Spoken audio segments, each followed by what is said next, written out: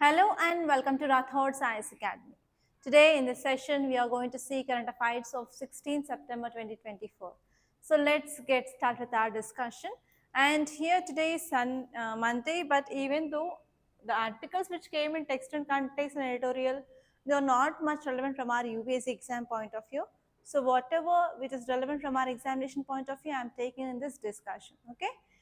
So let us see the first article. Title says CIC asks Railways to disclose list of staff with disabilities. So if you see this title, there are two keywords here. The first one is CIC and second one is people with disabilities. So let us see those two. So first one is CIC, that is Chief Information Commissioner, and next one here is people with disabilities.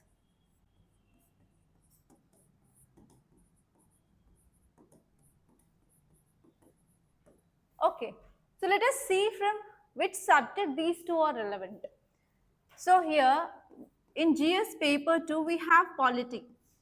In polity you will be studying about two kinds of bodies. First one is constitutional bodies and second one is non-constitutional bodies.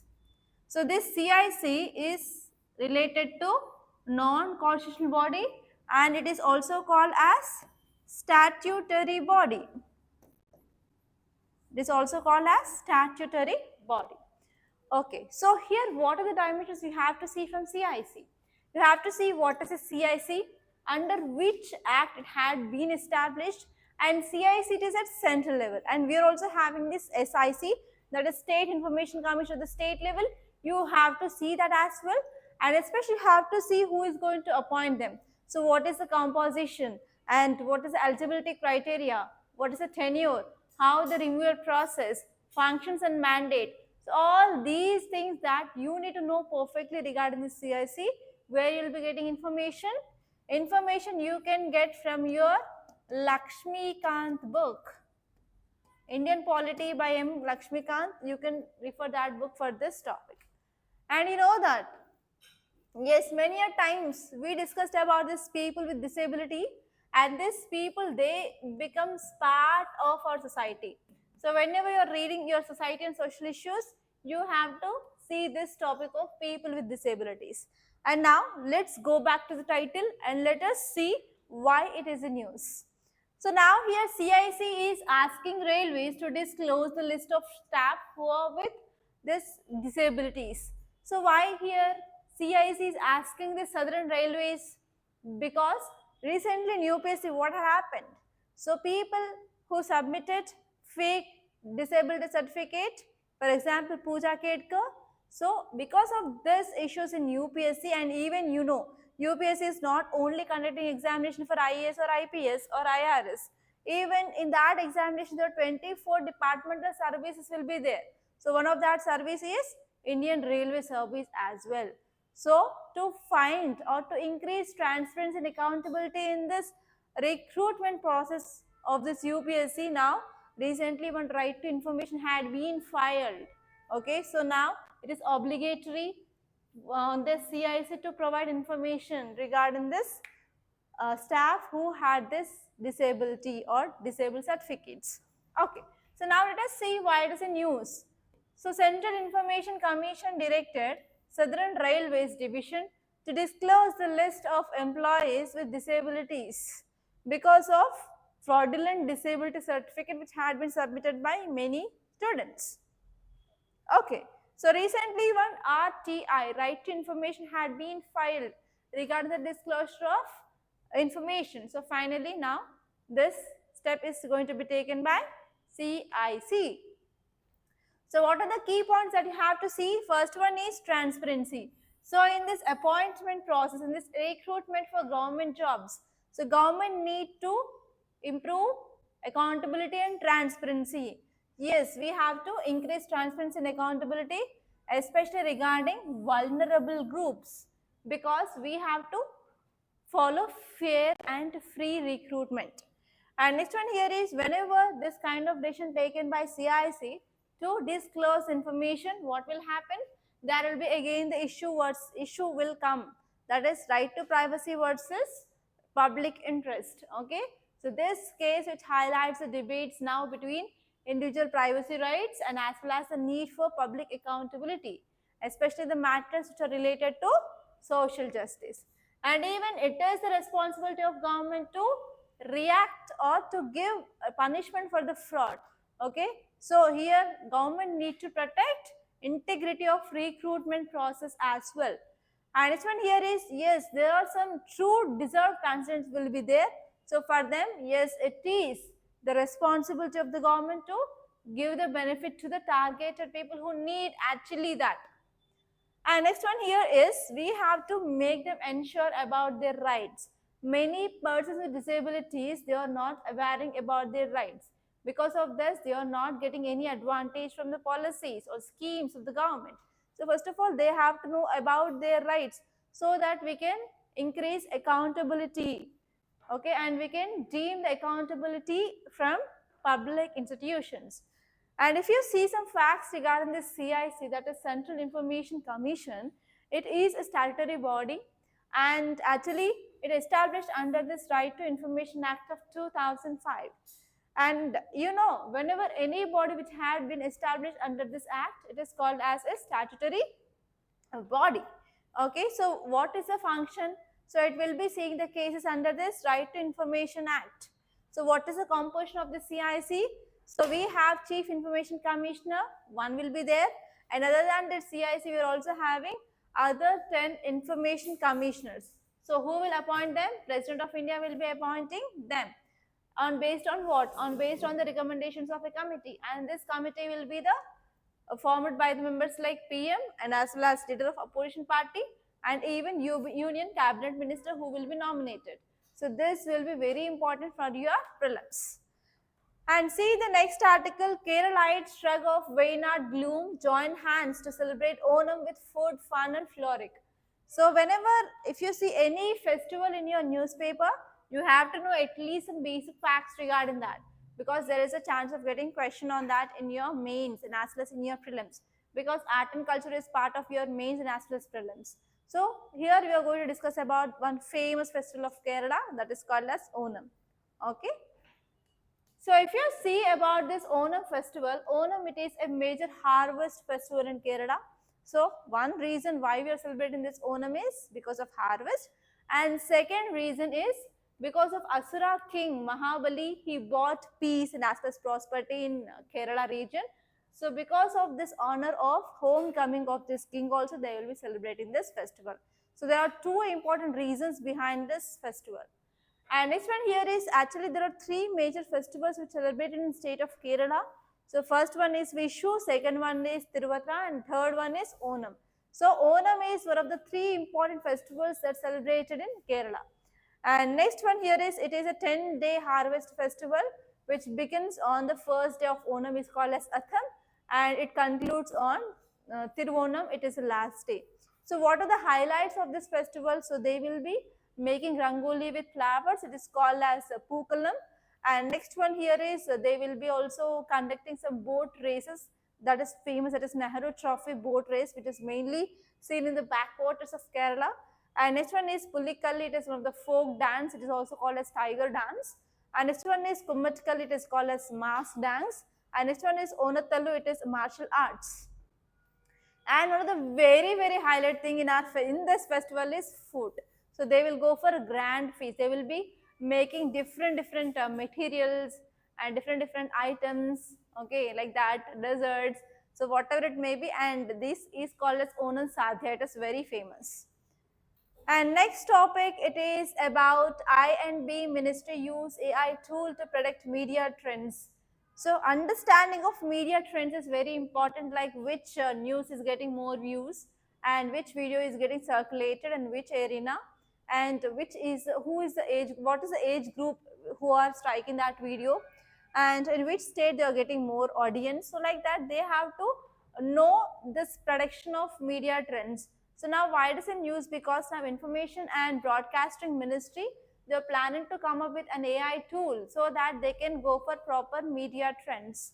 Okay, so now let us see this article. So now this article is saying that Information Broadcasting Technology Ministry, they came up with launch of an AI and machine learning powered dashboard, and they want to analyze news reports and as well as they want to predict media trends, because it will be very helpful for expansion and even to understand the local work, localization, vocalization, etc. So if you see the key points that you have to refer from this article, first one is now even INB ministry wants to come up with an initiative of AI. That means it is reflecting, yes, government is more focusing on the shifting of our policy so that we can analyze large volumes of data and we can make easier for identification of trends, and even it will be helpful to even control this disinformation or misinformation. And next one here is we are also focusing on predicting of media trends. Okay, so that we can understand proper communication strategies and even we can prepare responses ahead of time, and even we can decrease misinformation, disinformation, and even this will be helpful for improving of people trust or public trust. And next one here is in this AI they want to come up with even translation to multi languages.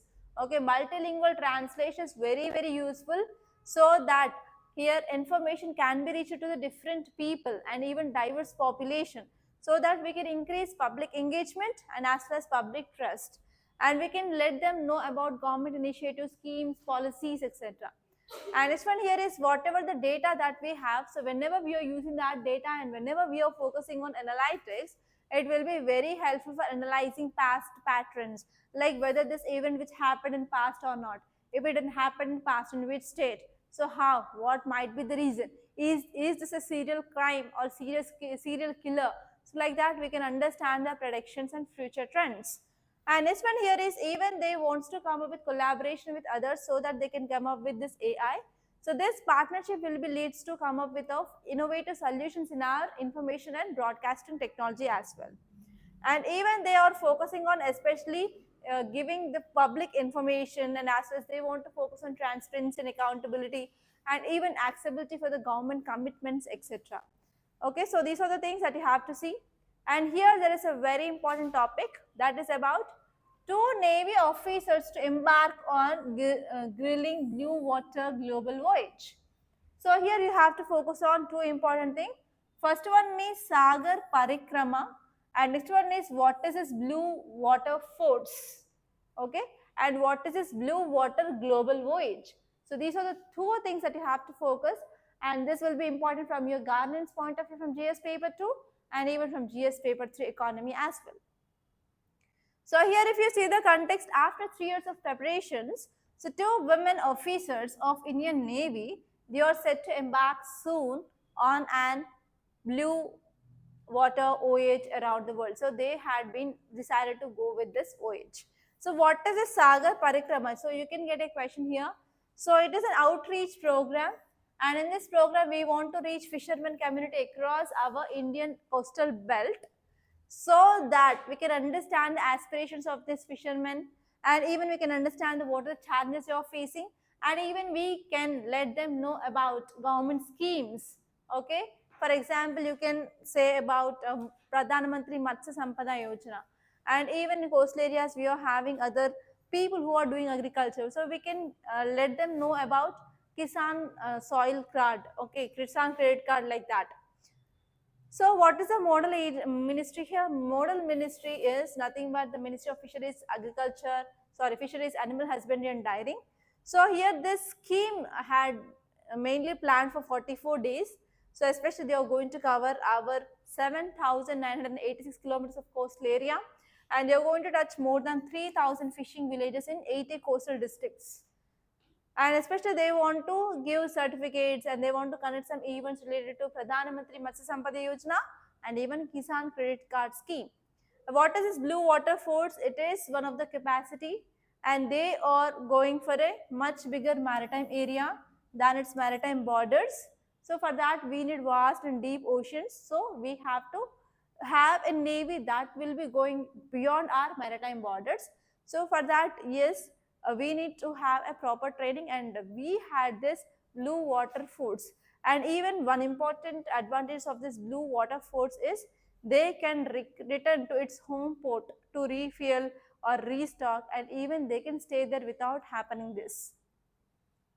And next topic here is India sends supplies to typhoon hit Laos, Myanmar and Vietnam. So if you see, recently 3 to 4 days ago, we discussed in our analysis that yes, in China and South Korea, they are facing typhoons. So here in these areas where the countries are affected by these typhoons, India is helping them under operation called as Operation Sadbhav. So under this Operation Sadbhav, government is providing humanitarian assistance and disaster relief to Laos, Myanmar and Vietnam because they had been severely hit by the flooding due to this typhoon. So the name here is Typhoon Yagi. So here you have to see these countries are part of which organization? They are obviously part of ASEAN. So how can we improve relation with these countries? Like if we want to improve the relation with the groupings, yes, we need to take this humanitarian assistance. That will improve soft power of India. And say this article, unrealistic outlook. So this article is talking about Russia-Ukraine crisis. So if you see the recent foreign policy of India, so we are moving, okay, towards establishment of peace between Russia and Ukraine, right? So here how we can know that our foreign policy had been changed. You know, recently our Prime Minister, he visited Ukraine for the first time and even he gifted Bhishma cubes and even he talked about children, vulnerable women, etc., humanitarian aid. So here this article is saying that yes, we are moving towards peacemaking between Russia and Ukraine, but we are having more and more hurdles. So what are those hurdles? We have to see that. So here this article is saying about Russia-Ukraine peace. So recently India's National Security Advisor, he had a meeting with the Russian president and even Chinese officials. So regarding peace making between Russia and Ukraine. But this article is saying that, so we are facing lots and lots of challenges to mediate effectively between these two countries. Okay, there are lots of complexities that we can see in the nations. So let us see what are those. First one is diplomatic engagement. So now our National Security Advisor, he directs some discussions with this Putin and as well as Wang Yi. So here we can understand that yes, effective mediation requires more than a dialogue. So we involve multiple stakeholders, not only India can do this. And next one is, if you see the BRIC summit implications, so upcoming summit, it is very crucial for showing India's leadership in this peacemaking process between Russia and Ukraine. And next one here is India-China relations. So even our National Security Advisor, he also reflected that yes, we need to have a proper India-China relations. It is very essential for maintaining of border security challenges. And already you know that across LAC region, we are not having the proper relations and even many of our Indian territories, they are under control of China. Okay, so more than 30 rounds of talks we had, but there is no stalemate in this region. So this is one cause of concern. And even different countries, they are involving in this like US and as well as China. So because of this peace process is becoming much more difficult. And next one is, if you see the expectations, so the complexities are there very high in this Russia-Ukraine conflict. So if India wants to set a realistic goal, yes, we have to focus on peacemaking and even we have to include multiple stakeholders so that we can continue this. So these are the important articles that appeared in our today's Hindu newspaper. And one more thing here is, I think there may be no Hindu analysis tomorrow because of Ganesh Visarjan here, so there will be lots of disturbance. I can't record the video, and that's why whatever the important articles are there, I will be posting the notes in the Telegram channel. If you're not part of that, be the part of that. Okay, the link of that Telegram channel is given in description box, and as usual, we are going to continue our Hindi analysis day after tomorrow. Thank you so much for watching, and please like this class and share this class to your friends, and don't forget to subscribe to Rathods IAS Academy. And we are going to meet on day after tomorrow. Until then, keep watching.